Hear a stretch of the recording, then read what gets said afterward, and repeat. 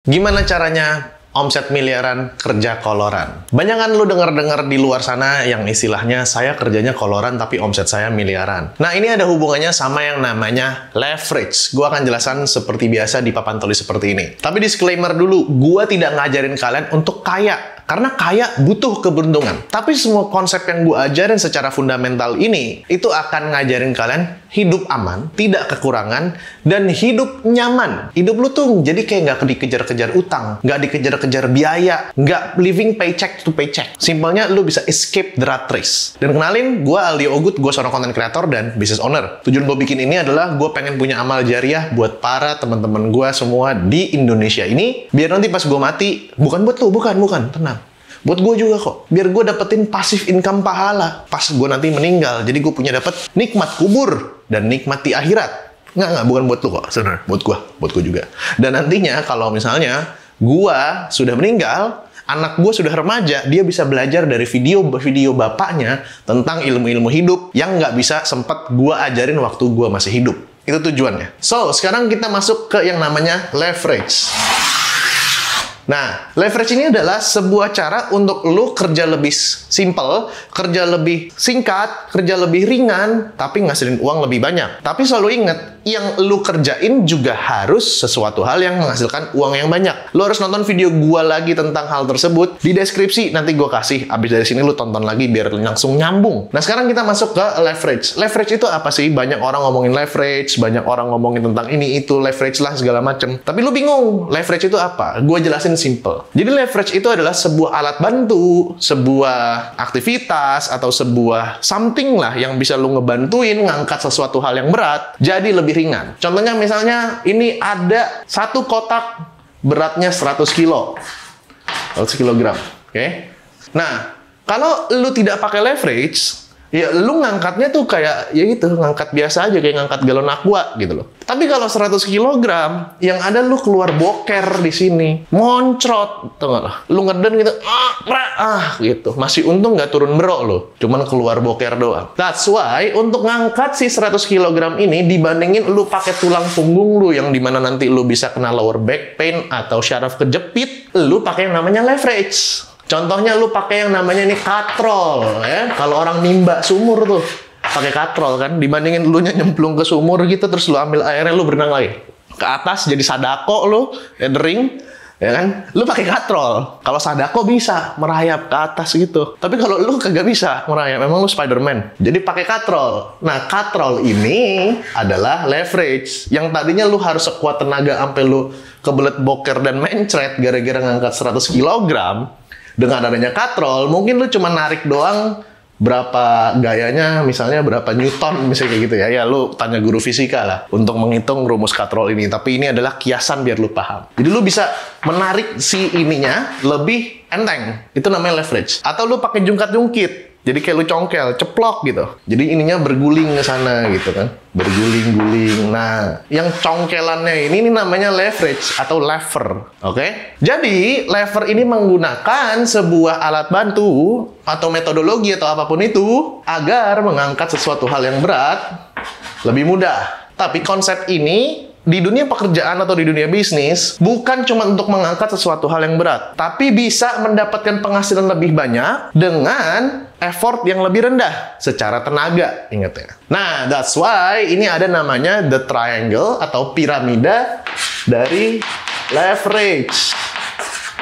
Ini gue belajar dari mana? Belajar dari orang yang namanya Naval Ravikant. Ini yang membuat lu tidak kerja terus-terusan, tidak terlalu kerja keras, tapi ngasilin uang yang lebih banyak. Di bawah, makin bawah sampai ke atas, ini adalah yang makin, kalau misalnya di bawah nih maksudnya makin umum, tapi di atas makin gak umum. Yang pertama adalah workforce, nggak usah dikat.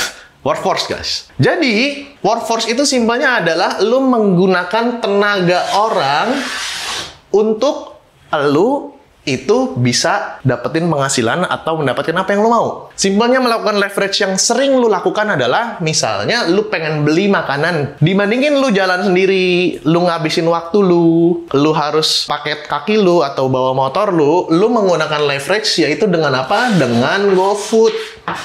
Nah, ini adalah leverage. Enaknya adalah kalau GoFood itu lu dapat makanannya tanpa harus keluar waktu, tapi lu keluarnya uang. Jadi di exchange antara barangnya dengan uang yang lu punya. Tinggal lu pikir lu lebih worth it keluar uang untuk dapetin makanannya atau lu jalan kaki sendiri. Ya kalau gue lebih worth it keluar uang. Kenapa? Waktunya bisa gue gunakan untuk spend sama family, misalnya seperti itu. Nah, jadi ini ada yang pertama, pakai tenaga orang. Contoh gue ngedit. Dulu waktu gue jadi content creator, ya masih sekarang sih juga content creator sih ya, influencer. Gue itu ngedit semua sendiri. Shooting juga sendiri. Nah, lu liatin kamera gerak-gerak, coba gerak-gerakin lu, Di. Nah, nggak mungkin kan gue kalau syuting sendiri kameranya gue gerak-gerakin kayak gitu. Akhirnya gue pakai tenaga orang, nge-leverage tenaganya Aldi. Dengan cara apa? Ya Aldi gue gaji, gue dapat tenaganya Aldi. Seperti itu. Nanti kalau misalnya ditanya, nih karyawannya nanti pada resign. Ya. Lu mau resign nggak, Di? Kagak. Lu cari tempat kerja kayak MCS di luar sana, belum tentu ada. Nggak ada, bos. Ya kan? Oke, itu yang pertama. Yang kedua adalah capital. Capital itu simpelnya adalah pakai uang orang. Contohnya gimana? Misalnya, lu mau bikin coffee shop. Dibandingin lu nabung sendiri pakai uang lu, yang dimana lu kerja, lu nabung pelan-pelan. Tapi karena lu punya network, lu kenalan sama orang yang punya duit banyak, lu pitching, lu ngobrol sama dia, ada prospek bisnis dan lu kasih model keuangannya, prediksi bisnisnya akan cuan, dia mau invest sama lu. Jadi bayangin yang tadinya lu harus nabung nih berbulan-bulan gitu ya, tuh berbulan-bulan, pakai uang lu. Tapi dengan adanya investor, di bulan kedua, lu dapetin gelontoran dana di sini, akhirnya lu bisa bikin coffee shop. Itu yang pertama enaknya. Yang kedua, resikonya kan juga bagi-bagi sesuai dengan share sahamnya. Dibandingin kalau lu nabung terus-terusan, kalau misalnya coffee shopnya bangkrut, lu nanggung 100% resikonya, karena kan uang lu semua. Tapi kalau lu pakai investor, memanfaatkan leverage capital orang lain, atau uang orang lain, lu nggak 100% lagi. Atau misalnya lu 70% gitu.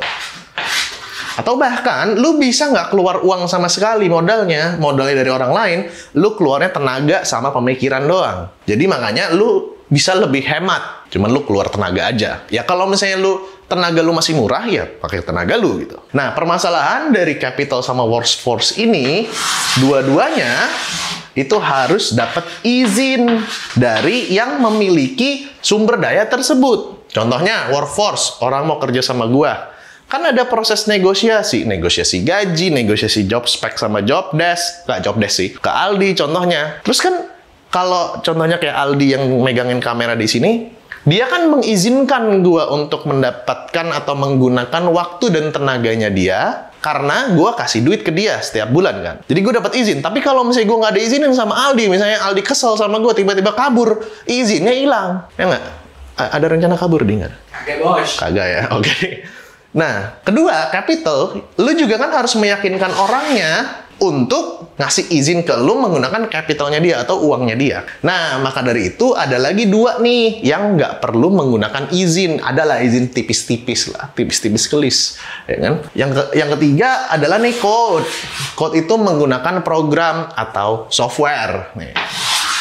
Simpelnya gimana? Let's say kalau misalnya lu jualan minuman boba gitu. Dulu kalau misalnya lu tidak menjualnya memanfaatkan leverage code ini, ya, lu tidak akan menjualnya menggunakan iklan Facebook Ads. Misalnya seperti itu. Atau leverage-nya misalnya kalau dari sisi operasional. Sebelumnya lu itu nyatetnya pakai buku biasa. Nah, buku biasa gitu kan. Nyatet penghasilan, pengeluaran, dan lain-lain pakai buku biasa. Tapi lu meleverage misalnya menggunakan yang namanya POS, Point of Sales. Biasanya ini pakai Moka atau apalagi tuh gue nggak tahu.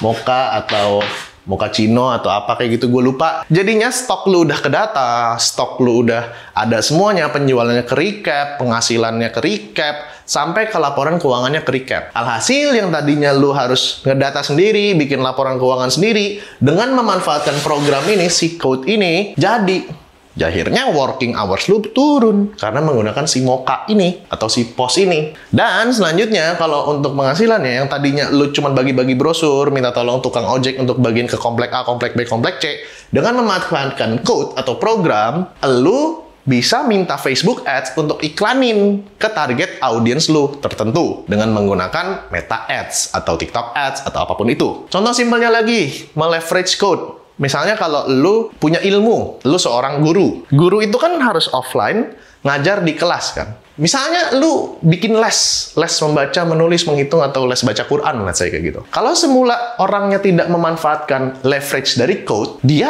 akan ya udah nyuruh orang-orang atau murid-murid yang mau belajar sama dia datang ke rumahnya dia. Habis itu dia belajar, Assalamualaikum warahmatullahi wabarakatuh. Kita akan hari ini belajar tentang idgham bila guna, misalnya kayak gitu. Nah, cuman dengan memanfaatkan code, lu bisa merekam diri lu seperti ini, habis itu ditaruh di platformnya itu dibikin kelas online seperti kelas gua Akademi Kreator. Lu bayangin, yang tadinya semula lu harus offline datang, harus cocokin waktu dan lain-lainnya, dengan lu bikin kelas online, lu bisa menjualnya kapanpun, orangnya mau belajar kapanpun, nggak usah cocok-cocokin, nggak usah ketemu offline di tempat lu, sehingga tidak ada yang namanya batas geografis. Lu bisa jual ke orang di seluruh Indonesia dengan memanfaatkan code ini. Jadinya penghasilan lu lebih banyak, kerjaan lu jadi lebih pendek, lebih sedikit, karena lu rekam sekali, dijual berkali-kali. Itulah enaknya digital product. Dan baru selanjutnya adalah media. Nah, media ini simpelnya adalah menggunakan media yang ada untuk meningkatkan penghasilan dari apa yang lu jual. Contohnya, gue memanfaatkan media ini untuk promosi, misalnya di YouTube. Gue ngajarin tentang konten kreator di Akademi Kreator. Tujuannya adalah untuk meningkatkan penjualan dari penjualan Akademi Kreator. Itu kan adalah memanfaatkan media. Lu bikin konten dan lain-lainnya. Nah, enaknya dari code dan media ini, kita tidak perlu yang namanya izin. Adalah izin tipis-tipis dari platform yang punya, ya kan? Kenapa? Karena sekarang semua orang bisa jadi media dan punya media. Tinggal apa? Tinggal ke sosial media, bikin akun. Oke, baik itu bisnis ataupun perorangan. Code, semua orang bisa code. Contohnya, kayak WordPress. Nggak semua orang bisa code ya. Maksudnya, lu bisa menggunakan platform-platform asal lu pelajarin WordPress. Orang bisa bikin website. Orang bisa pakai POS dan lain-lainnya. Ini nggak perlu bayar, nggak perlu minta izin sama sekali. Selama lu bikin akun, ada izin-izin sedikit, lu bisa jadi media. Coba bayangin zaman dulu, belum ada code. Ya kan? Nggak ada programming. Zaman-zaman bapak lu tuh, boomers, Gen X gitu. Nggak ada code. Ya kan? Cuman ya Excel dan lain-lainnya. Nggak semua orang bisa bikin code. Nggak segampang sekarang. Dan bayangin zaman dulu media belum ada sosial media. Lu kalau misalnya mau terkenal, lu mau promosin barang, ya lu harus masuk apa? Masuk TV. Pakai P ya. TV, bukan TV ya. Lu castingnya lama, ribetnya setengah mati, dan nggak bisa ditonton terus-terusan. Tapi sekarang udah ada media di sosial media ini. Lo bisa bikin akun kapanpun, lo bisa bikin media kapanpun. That's why gue sangat suka sekali menggunakan code dan media ini. Nah, kalau misalnya ditanya, Bang Ogut, lo memanfaatkan leverage apa aja? Pertama pastinya media, karena gue bikin konten. Nih, media dulu di pertama. Setelah media, yang gue lakukan adalah manfaatin workforce. Karena gue udah nggak ngedit sendiri, dibantuin, dan lain-lainnya. Baru gue manfaatin code, karena gue punya Akademi Kreator, Akademi Marketer, dengan menggunakan sistemnya produk digital atau kelas online. Seperti itu. Nah, capital ini gue nggak pakai. Kenapa? Karena alhamdulillahnya, dari perjalanan gue bikin konten, gue udah punya cukup capital untuk merunning ini semua. Bahkan lu untuk memulai media, waktu gue jadi content creator, itu kan modalnya sedikit sekali. Ya, yang penting lu punya handphone, sama punya mikrofon seperti ini, gue pakai itu semua. Nah, ini adalah cara lu untuk bisa kerja lebih sedikit, dapat penghasilan lebih banyak. Kalau lu dapetin manfaat, tolong like video ini dan share ke teman-teman lu yang membutuhkan. Jangan lupa kalau ada pertanyaan, tulis di komen.